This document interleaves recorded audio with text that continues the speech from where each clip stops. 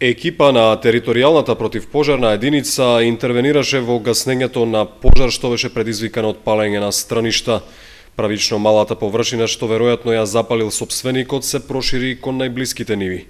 Ширењето на огнот го предизвика ветрот кој дуваше во попладневните часови.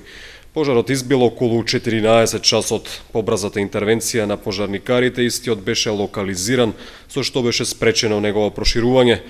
И покрај постојните апели, дел од земјоделците продолжуваат со праксата да ги палат страништата. Палењето страништа се казнува со 6 до 8.000 евра за правни и 1,5 до 3.000 за физички лица. Казни има и за несовесност при престој во шума. Согласно законот за шуми, казната за физичките лица кои ќе се затекнат како се движат во шума за време на забраната за движење, која што ја донесува корисникот или сопственикот на шумата, а ако за тоа нема добиено одобрение од него, се движи од 2 до 3.000 евра. Сезона е на пожари, но годинава е најмал бројот на случаи, најмногу поради пониските температури што не се типични за летниот период и големата влага предизвикана од честите врнежи.